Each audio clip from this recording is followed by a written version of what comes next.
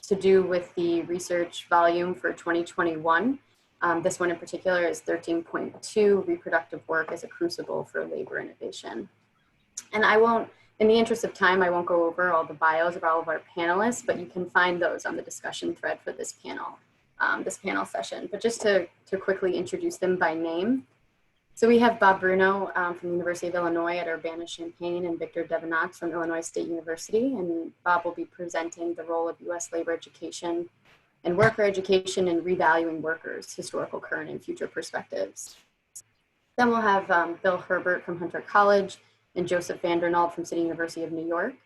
They'll present Teachers Teach That Knowledge Waits, Graduate Student Unionization in the Second Gilded Age. And finally, we'll have Yana, Rodgers, and Elaine Zundl from Rutgers University presenting the future of work, domestic workers in the gig economy. And then Toby Schulze-Cleven from Rutgers University will be our discussant, who's also the co-editor on the volume. Just a few quick housekeeping items. So please time yourselves. Our panelists, I will interject if you go wildly over, but just keep in mind time. Everyone else, if you could stay muted. And so for panelists, you'll have to unmute yourself to speak. And then finally, this is on the record and being recorded. So if you'd like something to be not on the record, let me know. I'll go ahead and stop the recording and then restart. Because Bob is going to be our first presenter and won't be able to join for Q&A, we will open it up for 1 or 2 questions just directly after he presents. And then we'll proceed with the other 2 presentations, Toby's comments, and then open it up for Q&A and discussion. So with that, I will just hit record here, and then Bob, you can go ahead and share your screen. Well, thank you. And actually, I'm not going to be sharing the screen. I've decided to sort of make some summary points about the chapter that Victor and I are presenting. And first of all, thank you to everyone for joining the panel, putting the panel together, and for accommodating my ridiculous University of Illinois School of Labor and Employment Relations schedule. I actually have to get into another work meeting that is on this particular question, and that is how is labor education changing for the future? And what I'm going to do to keep my 10 minutes focused is to just summarize 1 or 2 key points about the chapter that Victor and I have written. And I should also note that our discussant, Toby, has been very helpful in providing an initial critique of what we wrote. And I think drawing from that, it's helped me put these summative comments together. So the title of the chapter, unless Toby tells us to change the title again, is The Role of Education in Revaluing Workers, Historical, Current, and Future.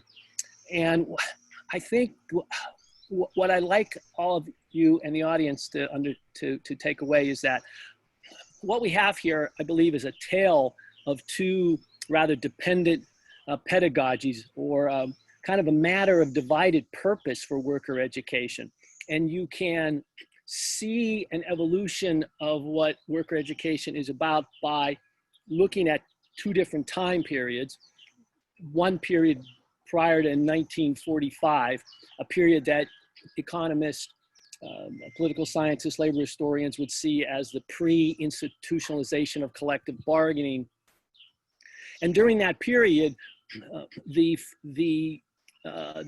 focus, if you will, or the emphasis of the worker education is around societal transformation, or using education to change the social order, and in many ways pushing more towards a socialist economy, society, political, social structure.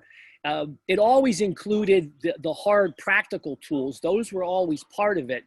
But there was a clear sense that individual workers were going to be in a position to either through their unions or otherwise change society.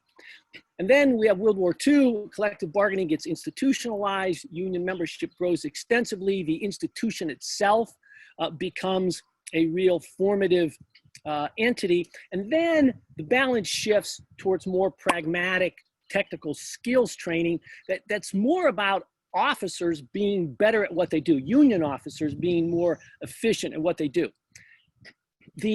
I would then say, roughly around the 1990s, there's another rebalancing that occurs, which I'll hope to talk to relatively quickly, where we pivot back to a more transformative educational mindset that looks at social inequality and social injustice. So if we go back now to that pre-World War II period, in the 1920s, you have the expansion of labor colleges, and the chapter that we've written focuses on Brookwood, Commonwealth College, and Highlander School, provides you with some data about what those curriculums were in those programs.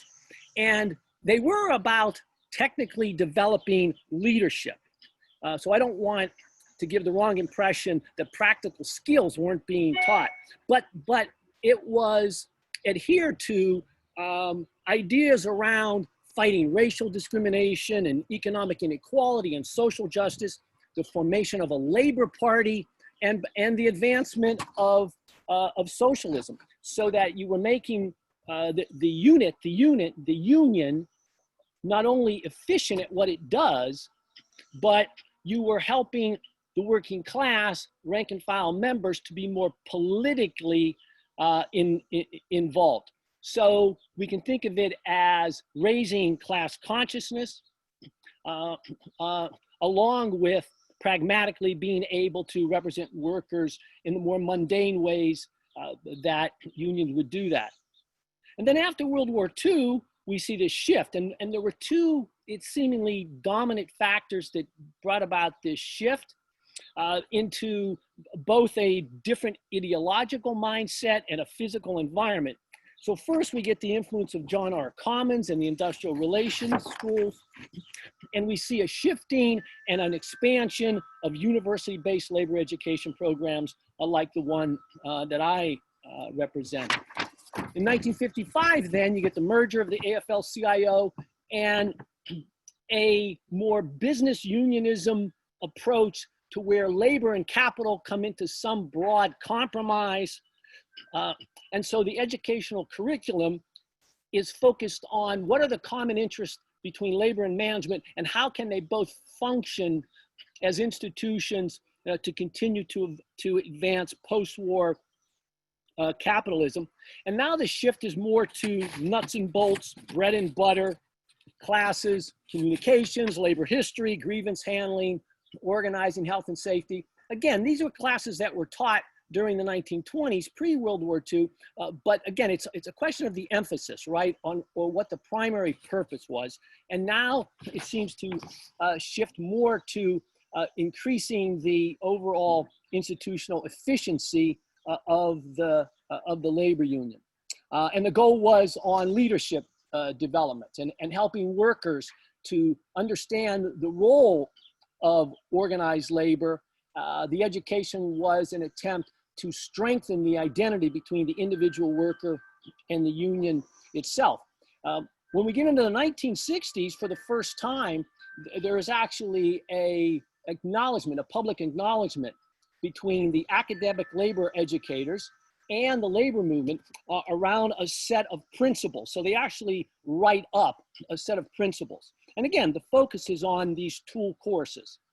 And then in the 1970s, that statement is reaffirmed, it's further elaborated on, but it doesn't change dramatically from what it was in the 1960s. And then in 1985, the AFL-CIO's Committee on the Evolution of Work urged unions to train officers and to train stewards and rank and file members around the broader field of collective bargaining. So it was, if you could make a case, and we cite an author or two in the paper, that, well, maybe this was a taming of worker education. It was a surrendering of the idea of more militant opposition to capitalism. It was a stepping away from a sense of a working class identity and consciousness, to a surrendering to pluralistic politics and political engagement. Well, then we get to the 1990s, and I think the purpose and the curriculum begins to change again, and that kind of brings us into the contemporary moment. So it's still clear that union efficiency, organizational efficiency, is absolutely essential. But what's happening in the 1990s? Mass changes to labor markets, large forced international flows of human migration, disruptive technologies, deep erosion of the social contract, fierce corporate defense of unregulated capitalism, political assaults on organized labor, fissured work relations, and a creation of workers who really aren't classified as employees. And at that point, the idea of focusing just on the nuts and bolts really seems inadequate. So yes, labor education still needs to help organized labor deal with grievances and arbitration and negotiate contracts and run union meetings. But the neoliberal economic hegemony that was really ripping up the foundation underneath workers really required a different kind of education that would be looking more broadly and making political and economic change, because you can continue to do this education, you can continue to do the nuts and bolts education, but union density was falling precipitously. So that compelled all of us in this field to ask the question again, labor education for what? So John Sweeney when he's elected president in the first contested AFL-CIO election in Philadelphia, presents in front of the University Association of Labor Educators, and he challenges them to come up with new non-traditional educational ideas. And what flowers really are some really, I think, transformative ways of looking at economics and politics, social movements. I can recall being part of trainings and classes that looked at economics that included Ricardo and Keynes and Marx, and also courses in politics around the formation of the new right, the emergent conservative mindset, and trying to help understand how to build a class-based political theory. And new curriculums then poured out of the AFL-CIO's organizing institute and education department. Some of these classes got taught. Some of these classes were embraced by labor unions. Many labor unions did not, on the ground, the local level, address this new kind of training. But it was clear, at least from the 5,000-foot level, that the idea was to use education to do something more transformative for workers. I'm coming up to the end of my comments. I think I've got a minute left. Yeah, good. You're nodding your head. And so I'm going to leave this far too short of being satisfying, probably for anybody who's listening, and it's not particularly satisfying for me, and I'm actually saying it. But we're at this point where we're challenged again to reconceptualize what a labor education program should be, but staying consistent with the idea of societal transformation. And what I have in mind is when you have so many workers who are non-union, who are immigrant, who are gig workers, when you have so much disparity among Black and white workers, among men and women, it really places a great emphasis on those constituencies and those topics and pulling those in to worker education. And so I'll leave it at that. Maybe by the time we finish the chapter, I'll have a better kind of summation of where we are currently at. So with that, I will stop and I'll take any questions. And again, thank all of you for accommodating me this morning.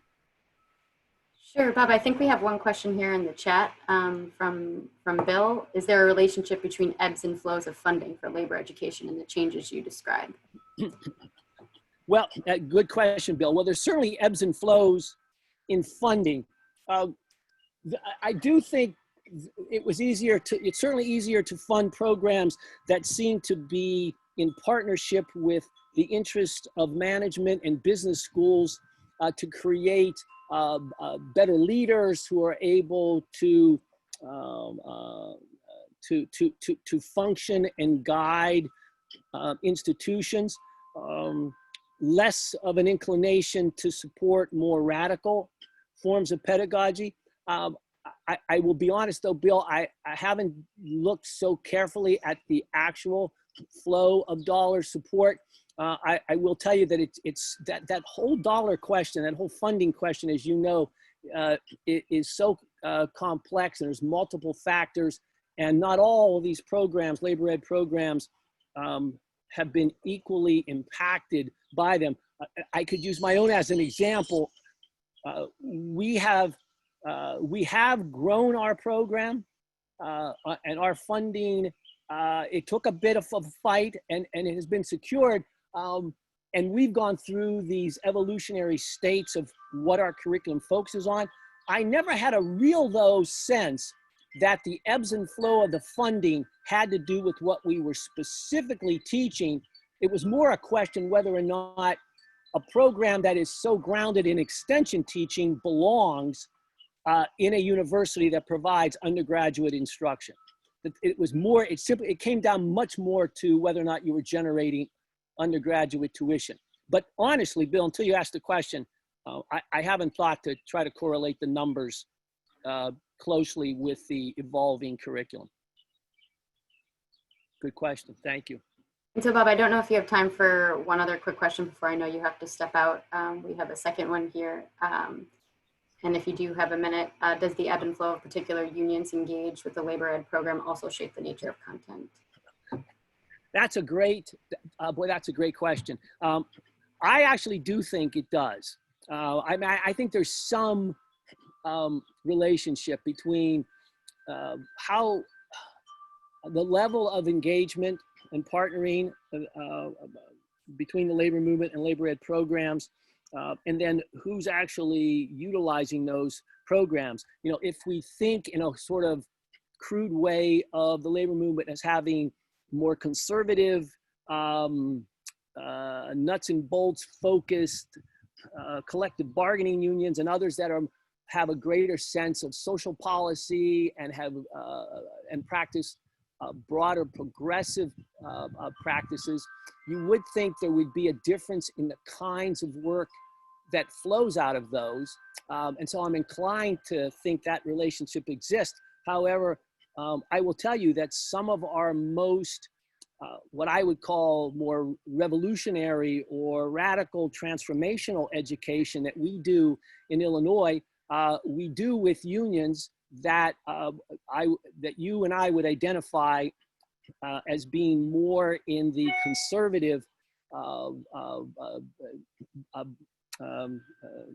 venue or a state of mind, as opposed to the more progressive unions. So it doesn't line up quite as neatly as you might have thought, but intellectually, I would think that it would. Thanks very much, Bob. You. And with that, I will pass it over to Bill and Joseph Vandernaald to share their screen, and just mention that if anybody does have a question, please feel free to list it in the chat, and we'll get to it during the Q&A.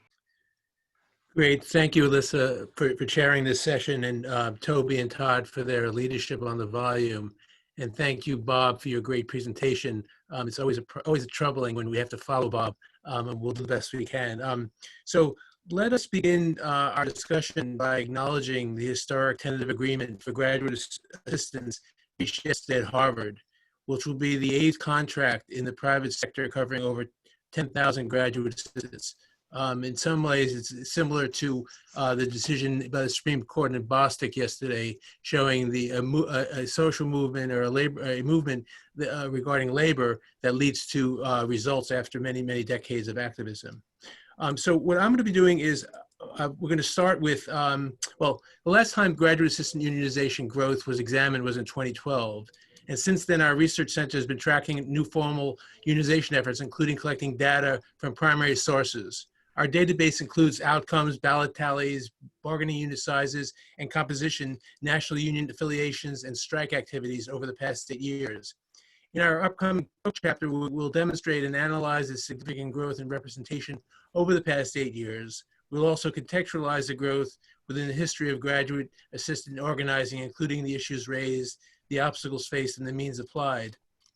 For this presentation, I will be framing the issues, and then Joseph Vedinal will then give you some samples of our data analysis, which will be appearing in our chapter. So let's start with framing. We've identified 4 major factors that have helped explain the growth in unionization among graduate assistants: structural, economic, social movement unionism, and legal. Let me start with structural. Since the beginning, graduate assistant organizing has been a direct ideological challenge to the corporatization of higher education and to the traditional hierarchical structure in the academy, which places an increasing amount of teaching and research responsibilities on low-paid graduate assistants, while their prospects for secure employment in a tenure-track position have diminished substantially. Values as expressed through budgetary priorities have driven institutions to increasingly exploit both graduate assistants and non-tenure-track faculty as cheap labor. Second factor is economic. Obviously, organizing for collective bargaining representation aims at improving working conditions on bread and butter issues like compensation and benefits. But the third factor is, I think, quite significant, and that is the relationship of these organizing campaigns with social movements and the practice of social unionism. Both have been essential for maintaining campus organizing efforts over the decades, despite the relatively short nature of graduate assistant employment and the regular turnover in union membership and leadership. Here are some examples. The earliest unionization campaigns emerged from the free speech and anti-war movements at Berkeley and then at Madison. In 2015, graduate assistants at the University of Missouri formed a union to oppose proposed health insurance cuts, to improve compensation, and to support the Black Lives Matter movement. At Harvard, the campaign for unionization began in the early 1920s and now has resulted in a new contract. But much of that campaign focused on Me Too movement issues. And at Columbia, the organizing has been inspired and influenced by the Fight for 15 and graduate student organizing at NYU. But the fourth factor is labor law. And in our chapter, we demonstrate how labor law has played 2 critical but contradictory roles over the years. On the one hand, it has been a notorious obstacle, particularly at private universities. But once labor rights are recognized, labor law has become the framework for growth in unionization and collective bargaining. The primary legal obstacle has been a classification issue, not too dissimilar to what gig workers face today. Specifically, the legal right in higher education has been over whether graduate assistants are primarily students without an employment relationship with the institution and thereby excluded from the legal right to unionize. In the public sector, the movement has been largely successful in establishing that graduate assistants have the right to bargain. As a result, by 2012, there were over 61,000 graduate assistants who were represented at public institutions. This was accomplished through organizing, litigation, and lobbying over many years. For example, at SUNY, it took 16 years of organizing and litigation to get a union for graduate assistants.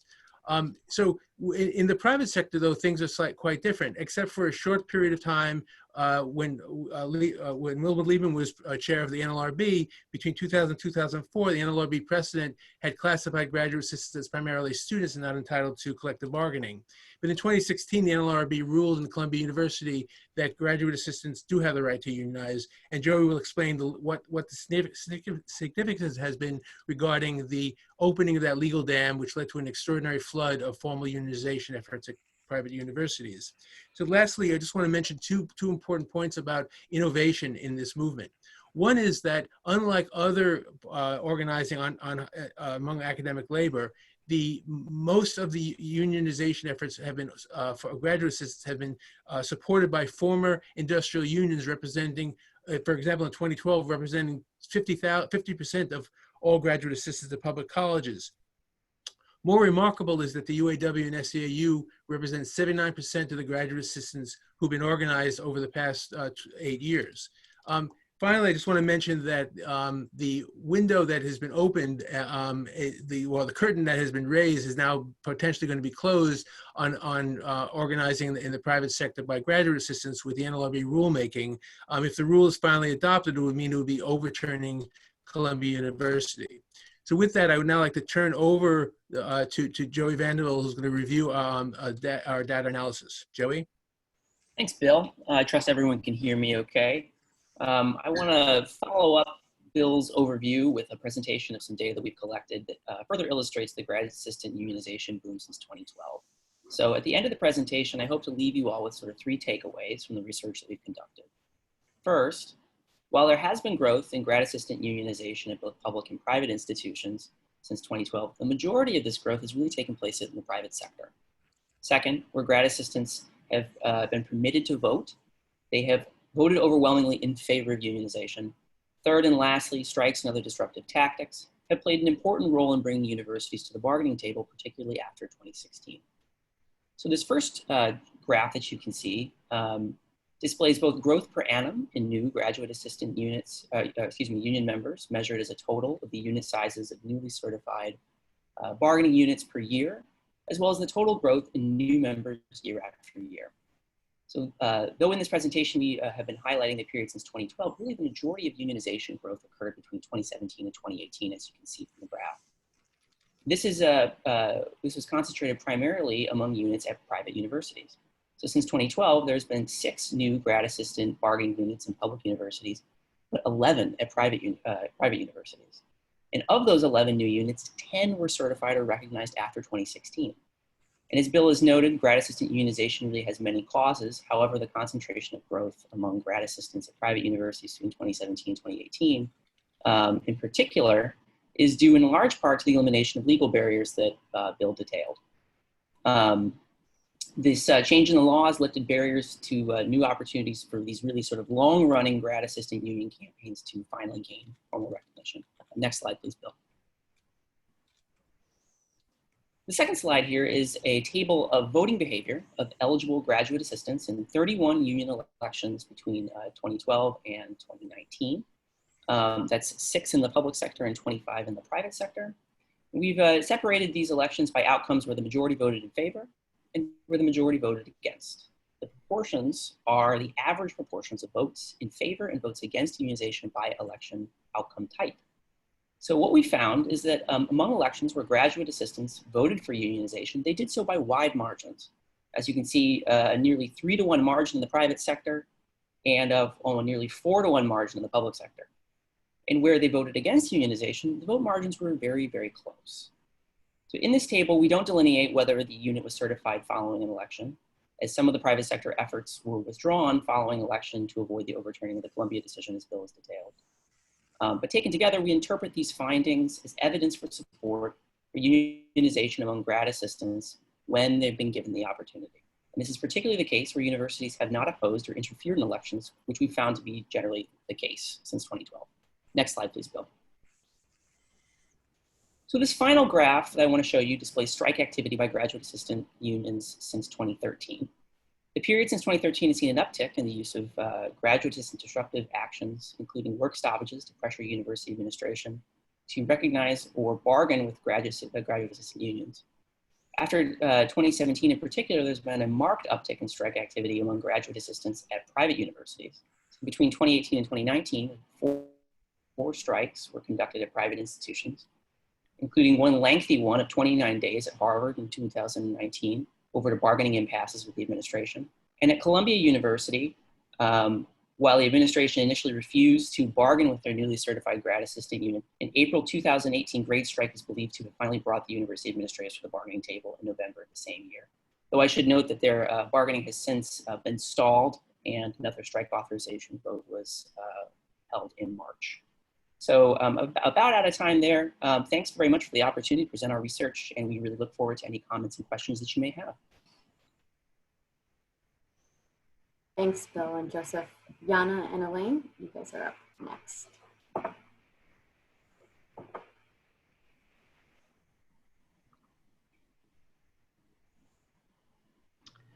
Okay, hopefully you can hear me.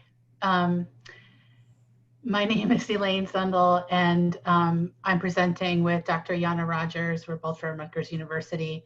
Thank you so much to Toby and Todd for organizing the volume, and thank you, Alysa, for chairing the panel. It's hard to scroll. We became interested in domestic workers and the future of work in the gig economy because care workers are predominantly women. They come from other countries to the US, and they tend to send home remittances to their families, which is a large source of income in some of the countries, their originating countries. This work actually became more timely during the COVID-19 shutdown because really the value of workers, home health aides, domestic workers, care workers really came to the forefront. And I think a lot of people realized how valuable they are. These workers also endure a lot of violations to their rights and have been traditionally carved out of a lot of worker protections. So we were interested in what the future of work trends, what the relationship of those trends would be to domestic workers. So we conducted our study by focusing on the number and the characteristics of domestic workers globally in the US. And we wanted to know what the context was for advancing worker rights in the US. We wanted to examine violations to their labor rights and the political economy of new legislation to protect domestic workers. As I said earlier, they've been traditionally written out of many worker rights protections. So we used a mixed methods approach to examine trends. First, we analyzed descriptive statistics of CPS data, and then we conducted interviews with worker advocacy, leaders of worker advocacy groups. To give you a little background, the Fair Labor Standards Act in 1938 provided wage and hour protections, but exempted domestic workers. And in 1974, Congress amended the Fair Labor Standards Act to grant most domestic workers the right to a minimum wage, but then continued to exempt casual babysitters and live-in domestic workers. And then in 2015, the Fair Labor Standards Act was amended to cover home health aides, personal care assistants, nursing aides, and other professional caregivers. But even then, a lot of workers and employers are unaware that they have these rights. And so there's been a movement to pass and implement a domestic worker bill of rights. So far, 8 states have passed a domestic worker bill of rights, and 2 cities, 2 municipalities. In New Jersey in particular, cities, local municipalities have been a big agent for change in advancing kind of new and innovative protections, worker protections, like earned sick days and other paid leave bills in the state. This domestic worker bill of rights legislation varies, but it normally includes things like the right to a minimum wage, protection from unfair deductions in one's pay, rights to breaks and days off, rights to protect their private property, and enforcing contractual standards. But these bills have typically focused on live-in housekeepers and nannies. And I forgot to mention earlier that in 2019, Senator Kamala Harris actually tried to introduce a federal domestic worker bill of rights. It hasn't gone anywhere, but there's some national movement on this issue as well. But that happened after we conducted our research.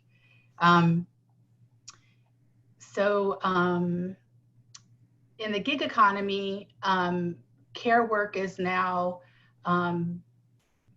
solicited or advertised on digital platforms. And there's been a lot of research on critiquing these digital platforms and how, but little of that research has focused on domestic workers and the platforms that they typically use. The research has shown that there's very gendered, the platforms are gendered, they kind of exploit bullying and vulnerabilities for bullying and harassment.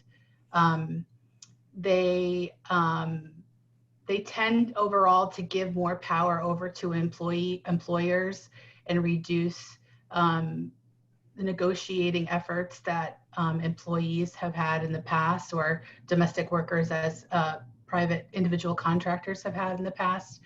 In developing countries, they disadvantage people who lack access to newer technologies.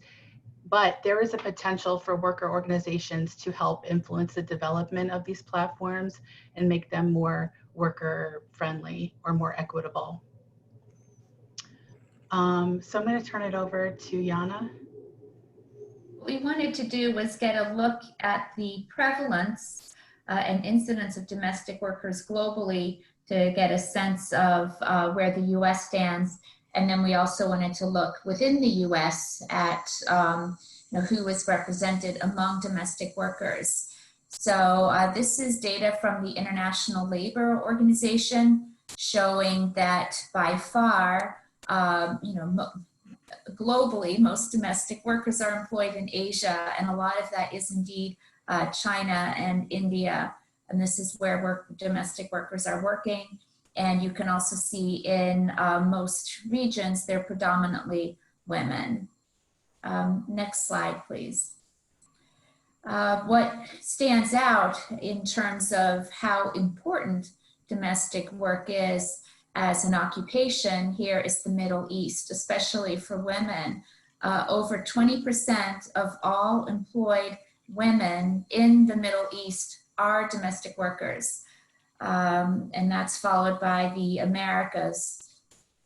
And then globally, you can see that domestic work is a more important source of employment for women than it is for men.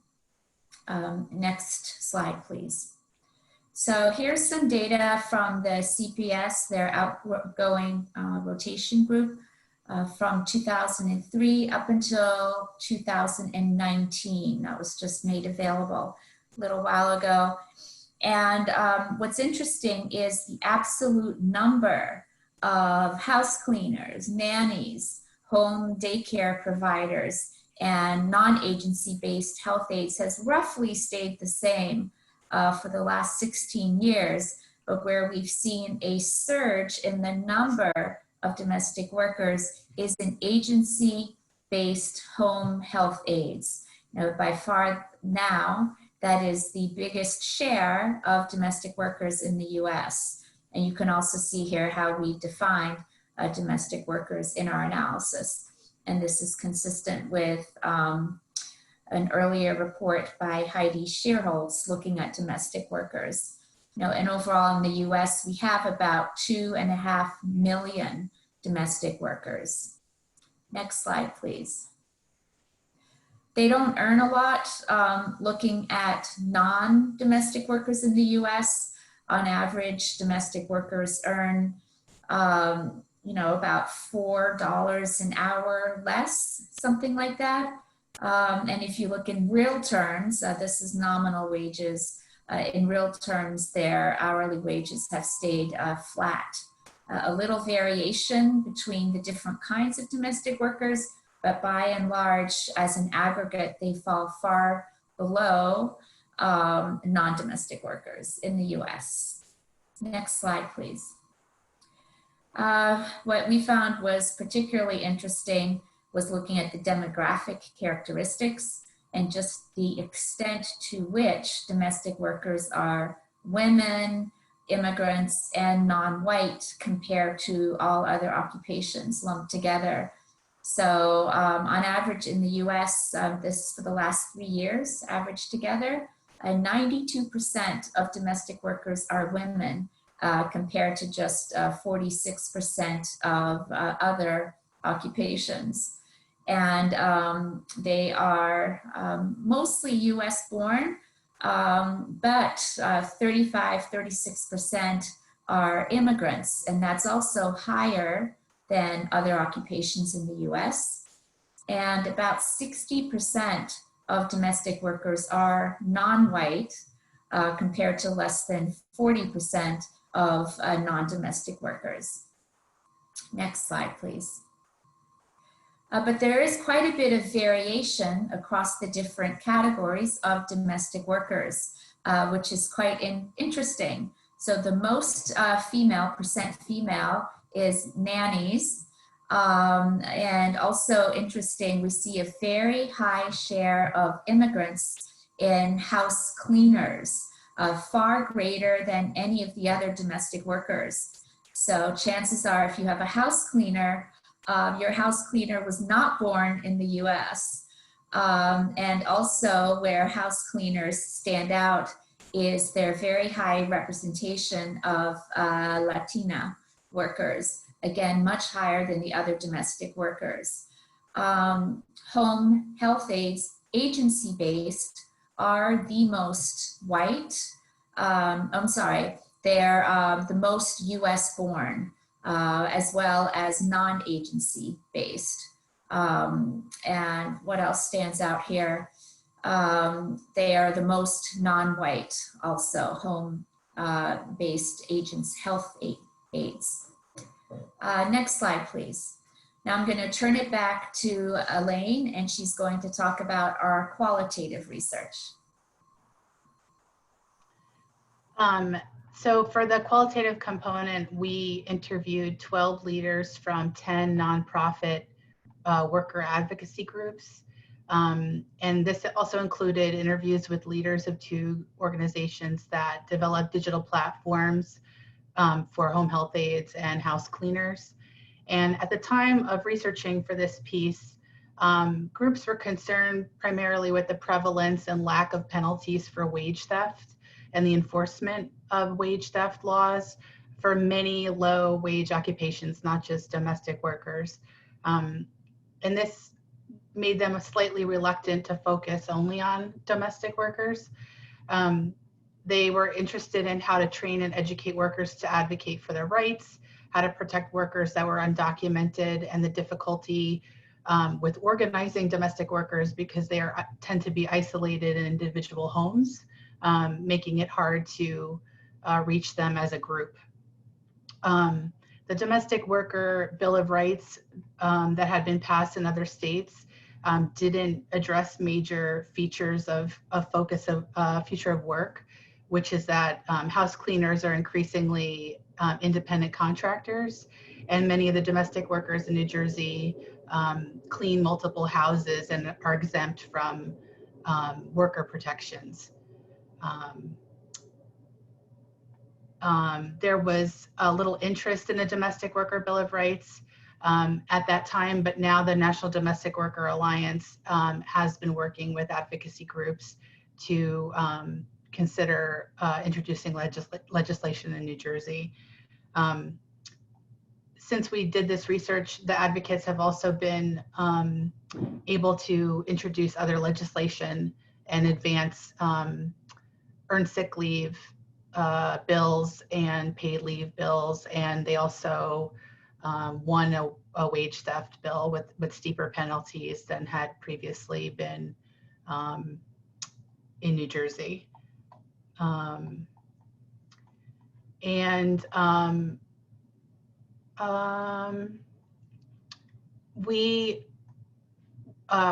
We also saw that there were 2 platforms that were very effective with introducing digital platforms that were equitable for workers. So they were able to embed in the platform worker protections, wage standards, fair scheduling. There's a lot of research on this in our paper, but we are not really able to go into all of it here. But there's more detail about how platforms disadvantage and advantage. These platforms help to remediate those disadvantages in our paper. But in conclusion, more evidence is needed on wages and working conditions. And so we're collaborating with the National Domestic Worker Alliance right now to analyze survey data from some of their members. There's this growing proportion of home health aides that are critical to the fight against COVID-19, and we really need to make sure and ensure that their worker protections are being observed. There seems to be growing organizational strength for organizational campaigns in New Jersey now, rather than when we conducted the research in 2018. But that worker center organizations can be a critical member or collaborator in developing, more equitable digital platforms that might help to remediate some of the negative impacts of the gig economy. Okay, thank you. I have to unshare my screen. Thank you so much, Elaine and Yana. And so we're gonna hand it over to Toby for a few comments as discussant. Yeah, and I will really keep it brief. I think it might be helpful for the people on this call to know a little bit more about the volume. The volume tries to formulate what might be a labor studies perspective on the future of work. And it comes out of frustration with the structures and topics that the future of work debate in the US, but also in other countries, has displayed. Largely, these debates that have happened seem to assume that workers' value and the value of work is just given by the market, where everybody gets a wage that is equal to marginal productivity. And there's no attention at all to the social basis of that valuation and the political struggles over market building. So it essentially operates on an understanding of markets and valuation of Econ 101. So it's just really reductionist and far from a reality and the challenges that are actually ahead of us. It also assumes that skills can be measured objectively and that they're given as a certain human capital in a worker, independent of context, which of course is rather limiting and just plainly wrong. So we would like to, in this volume, say what we as labor studies practitioners, academics, and just simply interested parties, what we would like to see in the future of work debate and which causal factors we would emphasize. So the volume has 3 sections. The first section is just to really try to define what a labor studies perspective is, and it stresses multidisciplinarity and basically the big tent approach of labor studies that emphasizes, I would say, workers' experiences, their identities, their struggles, and it's kind of epistemologically open. It uses the epistemic strategies of multidisciplines to gather a good picture of the complexity of reality. So it is somewhat less full of the biases that disciplines might display. Then we have 2 substantive sections before a conclusion. The first substantive section is on collective action, workers' collective action, but just broadly community collective action to shape market or valuation rules. And we are conceptualizing of Bob's paper as part of that section on collective action, education, worker education as a resource for collective action. The third section is on reproductive work as a crucible of innovation. So reproductive work we think of as work that is necessary for the reproduction of society. And that is a lot of work in care, that can be healthcare, elderly care, childcare, etc., education. And I guess from the pandemic, we can also think essential work, just getting food to people, food provision might also be part of that. But we were initially thinking of education and care work. And that's where we see Bill's and Bill and Joe's paper and Yana and Elaine's paper fit. So that just as context. I have not read Bill and Joe's paper because it's still being completed. So just to push you on a couple of issues, I really like it how you have these different factors that shape graduate student unionization growth. As a political scientist and somebody who works in small N research, I would like to encourage you to think about the patterns of interaction and maybe specify as well as you could the role of legal innovation? It seems to be clear, and you have addressed it already. But like, what is the exact nature? And I would like to know a little bit more also about the votes against unionization. And you had mentioned Colombia and contestation of the recognition. I don't know if you could say a little bit more, and maybe the use of negative cases for teasing out the interaction between different conducive factors. And finally, I've already written a few pages of comments to Yana and Elaine.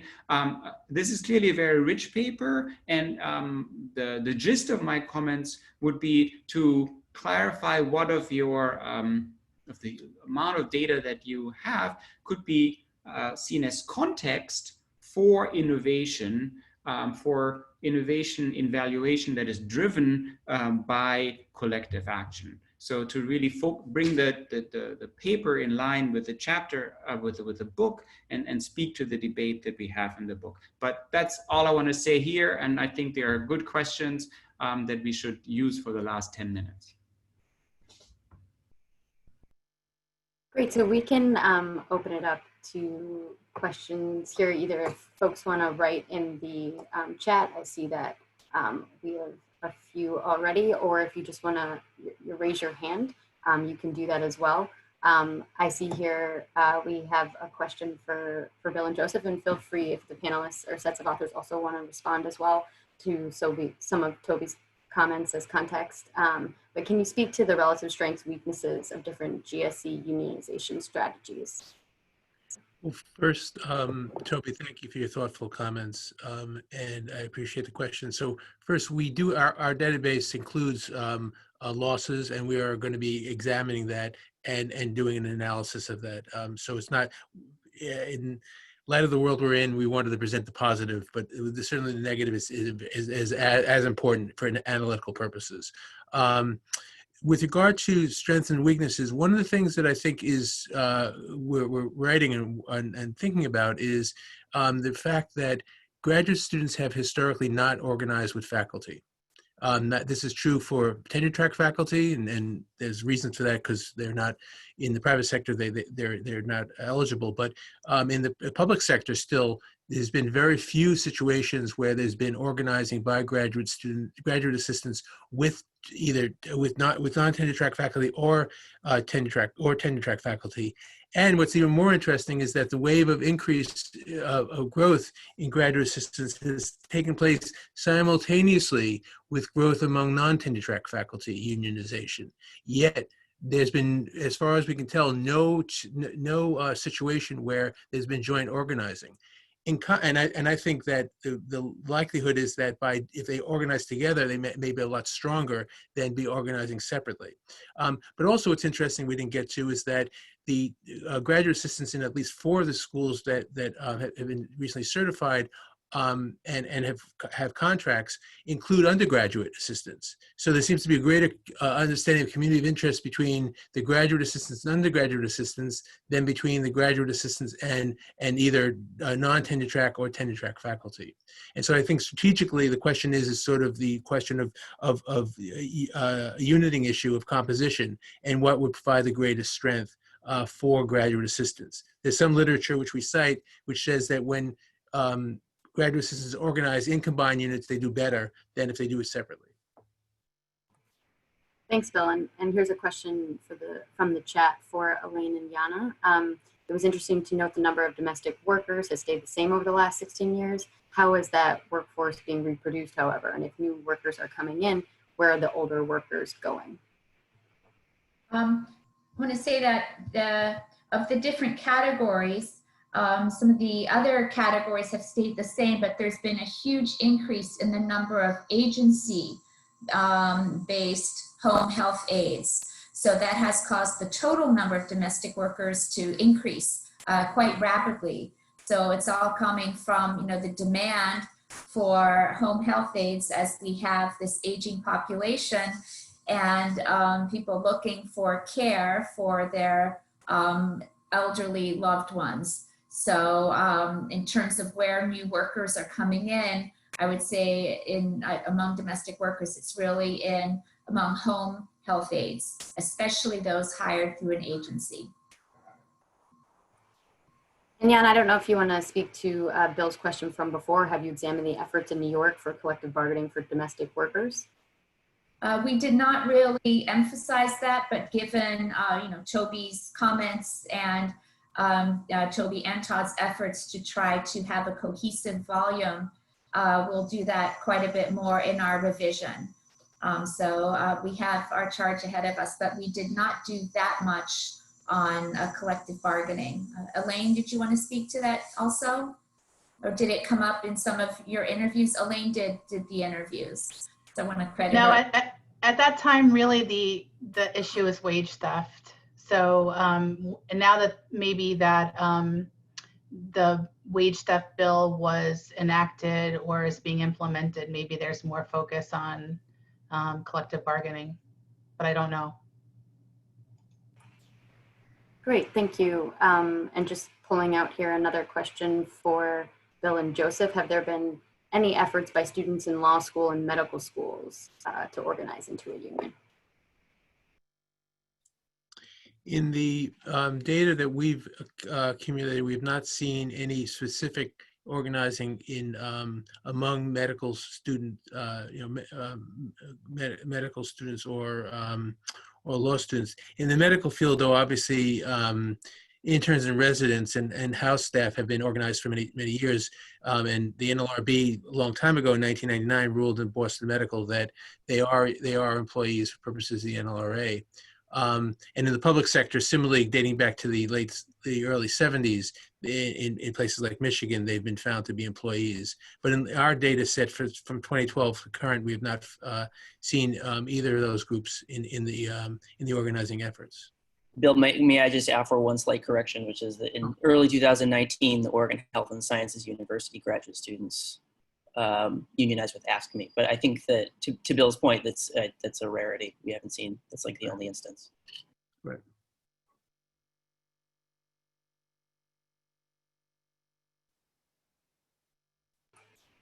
Great, thank you. And I did want to give, I know we're coming up here, if there's one or two final questions, we might be able to field them. Here's, I see one other question for Yana and Elaine, and then I'll offer an opportunity for both sets of authors to just provide a closing comment in the context of the volume and reproductive work. But for Yana and Elaine, a final question. Based on your New Jersey survey data, did you get a sense of the prevalence of gig app employment among domestic workers? It's not quite as common as the hype would suggest, and that also holds true for the research.